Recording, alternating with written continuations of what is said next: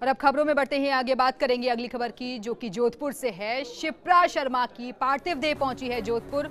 अफगानिस्तान के काबुल में हुई थी शिप्रा शर्मा की मौत और आरडीएक्स से भरे ट्रक की टक्कर से इमारत ढहने से मौत हो गई थी। शिप्रा की निवासी पवन शर्मा की पुत्री हैं शिप्रा शर्मा। दिल्ली से शव को एयर इंडिया की फ्लाइट से जोधपुर लाया गया है और आतंक पीड़ितों की मदद के लिए काबुल गई थी शिप्रा।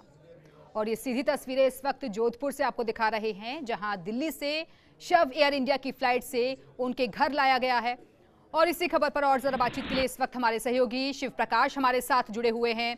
शिव प्रकाश, लगातार जो परिजन थे वो इंतजार कर रहे थे कि कब पार्थिव देह शिप्रा की यहाँ पहुंचेगी और हम तस्वीरों में देख रहे हैं कि शव पहुंच चुका है उनके घर। जी, शिप्रा का पार्थिव देह यहाँ उनका कृष्णा नगर निवास पर पहुंच चुका है और अब यहाँ धार्मिक रीति रिवाज संपन्न करने के बाद कुछ देर बाद यहाँ से शव यात्रा रवाना होगी। जी शिव प्रकाश, और अंतिम संस्कार को लेकर क्या कुछ तैयारियां, कितनी देर में होगा अंतिम संस्कार? जी, जिस तरह से शिप्रा के मौत के समाचार कल ही मिल गई थी तो उसके बाद से ही सभी परिवार के सदस्य यहाँ पहुंच चुके हैं और अंतिम यात्रा की तैयारियों को लगभग पूरा कर लिया गया है। तो उम्मीद है कि लगभग 1 घंटे के भीतर यहाँ से शव यात्रा रवाना हो जाएगी और उसके बाद अंतिम संस्कार किया जाएगा। क्या कोई प्रशासनिक नुमाइंदा या फिर सरकारी नुमाइंदा पहुंचा है यहाँ परिवार को सांत्वना देने के लिए अब तक? जी, परिवार के सदस्य ही अभी यहाँ मौजूद हैं।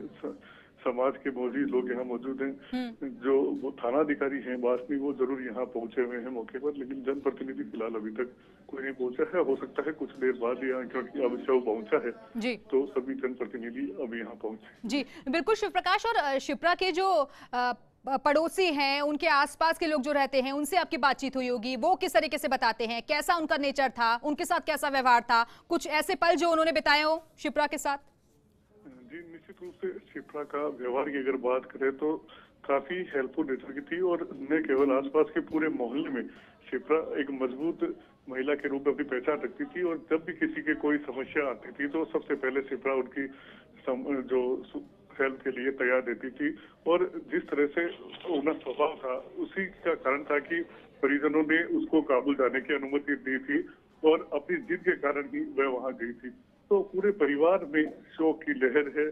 आसपास के घरों में पूरी तरह से सन्नाटा छाया हुआ है और सभी एक विश्वास नहीं कर पाते हैं कि कल इसी मोहल्ले में उनके साथ रहने वाली एक नौजवान छात्रा आज उनके बीच नहीं रही है और उन्होंने जिस तरह से अपना पूरा जीवन समाज सेवा के लिए समर्पित किया, इसके लिए उसे हमेशा याद रखा जाएगा। जी बिल्कुल शिव प्रकाश, आप बने रहिए, हमारे साथ लौटेंगे आपके पास। और मुख्यमंत्री ने भी संवेदना जाहिर की है, ट्वीट के जरिए वो आपको दिखा रहे हैं कि इस नुकसान को सहन करने की शक्ति प्रदान करें। आतंकवाद सबसे बड़ा खतरा है जिसका सामना आज दुनिया को करना है और इसे हराने के लिए हम सभी को एकजुट होने की जरूरत है। तो ये ट्वीट किया गया है मुख्यमंत्री अशोक गहलोत की तरफ से और हमारे सहयोगी शिव प्रकाश लगातार हमारे साथ जुड़े हुए हैं। शिव प्रकाश, वो आधे घंटे का वक्त जब वीडियो कॉन्फ्रेंसिंग हुई थी शिप्रा और उनके परिजनों के बीच, बार बार वही चीज याद आ रही होगी परिवार को जो आखिरी समय बिताया था शिप्रा ने अपने परिजनों के साथ उस कॉन्फ्रेंसिंग के जरिए?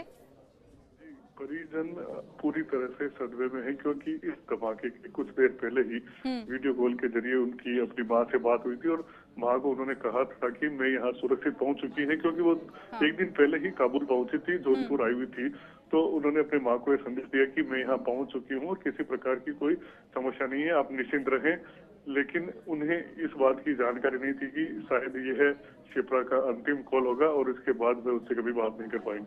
पूरा परिवार सदमे में है और सभी शोक की लहर में, न केवल पूरा परिवार बल्कि पूरा मोहल्ला शोक की लहर में डूबा हुआ है। जी शिव प्रकाश, और उनके परिजन जो हैं वो और कुछ क्या बताते हैं, कैसे उन्होंने यहाँ तक का जो मुकाम है वो हासिल किया था, कैसे वो विदेश तक पहुंची थी और वहाँ एक एनजीओ चला रही थी उन लोगों के लिए जो कि आतंकवाद से पीड़ित होते हैं?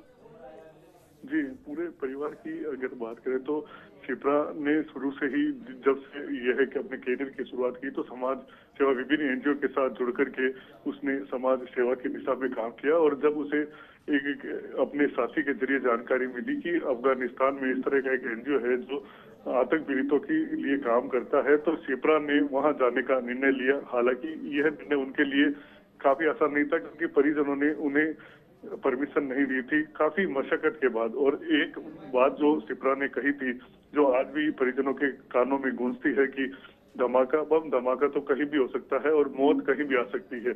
तो उसी बात को लेकर के वह अडिग रही, उसकी जिद के आगे परिवार को भी झुकना पड़ा और शिप्रा जो अफगानिस्तान गई थी। तो अब पूरा जो कैरियर है काफी छोटा भले ही उनका कैरियर रहा हो, लेकिन शिप्रा के जो समाज सेवा में जिस तरह का योगदान है, खास तौर से आतंक पीड़ितों के लिए जो काम किया, वह निश्चित रूप से सभी के लिए एक अनुकरणीय उदाहरण है। जी बिल्कुल। और शिव प्रकाश, उनके परिजनों ने उनसे कहा भी था कि आप भारत में रहकर ही नौकरी करिए, यहीं पर एनजीओ चलाइए, लेकिन शिप्रा ऐसी थी जो उन्होंने कह दिया था कि नहीं, जहां मैंने ये शुरुआत कर दी है वहीं मैं इसमें आगे और बढ़ती रहूंगी, यहीं लोगों की मदद करूंगी। उन्होंने कहा था कि मैंने जिस मिशन की शुरुआत की है, जब तक वह मिशन पूरा नहीं हो जाता, मैं तब तक वहां से पीछे नहीं हटूंगी। परिजनों ने काफी संदेश भी की थी कि उनकी जो समाज सेवा का कार्य है वो यहाँ देश में रह करके करे, क्योंकि एक वो महिला है और इस तरह से वह विदेश में जाकर के कैसे सरवाइव कर पाएगी। लेकिन शिप्रा का कहना था कि उसने एक मिशन हाथ में उठाया है और जब तक यह मिशन पूरा नहीं होता तब तक वह पीछे नहीं हटेगी। उसके दृढ़ इरादे ही थे जिनकी वजह से परिवार वालों ने भी उसे वहां जाने की स्वीकृति दी। और कुछ दिन पहले जब यहाँ जोधपुर आई थी, तभी परिजनों ने उन्हें कहा था कि वह अपना जो कैरियर है वह यहाँ बनाए, लेकिन शिप्रा ने कहा था कि अभी मुझे वहाँ बहुत काम करना है और मैं वहाँ अपना काम खत्म करने के बाद ही लौटूंगी। जी शिव प्रकाश, लेकिन इस घटना ने एक बार फिर से आतंकवाद के मुद्दे पर सवाल खड़े कर दिए हैं कि आखिरकार जो ये आतंकवाद की जड़ें हैं इतनी ज्यादा मजबूत हो गई हैं, इनको खोखला करने के लिए, इनको कमजोर करने के लिए कुछ और रणनीति अख्तियार करनी होगी सरकार को। जी निश्चित रूप से आतंक से न केवल भारत देश बल्कि देश के जो पूरा दुनिया है वह आतंक से पीड़ित है, क्योंकि आतंक की कोई जाति नहीं होती, कोई धर्म नहीं होता। और यही कारण है कि चाहे वो कोई भी देश है वह इससे छूता नहीं है। अफगानिस्तान जो है वह भी इससे काफी पीड़ित था और जिस तरह से यह आतंकी हमला हुआ है उसके बाद से ही एक बार पूरे दुनिया में यह मांग होती है कि आखिर आतंक के ऊपर लगाम कैसे लगाई जाए, और जब तक इसके लिए पूरी दुनिया मिलकर के नहीं लड़ेगी तब तक इस आतंक का सफाया नहीं किया जा सकता। निश्चित रूप से एक नई चुनौती पूरी दुनिया के सामने है और अब देखना होगा कि किस दृढ़ता के साथ सभी देश मिलकर के इस आतंक की जो चुनौती है उससे पार पा पाते हैं। जी चलिए, फिलहाल बहुत बहुत शुक्रिया आपका शिव प्रकाश, हमारे साथ जुड़ने के लिए, जानकारी देने के लिए।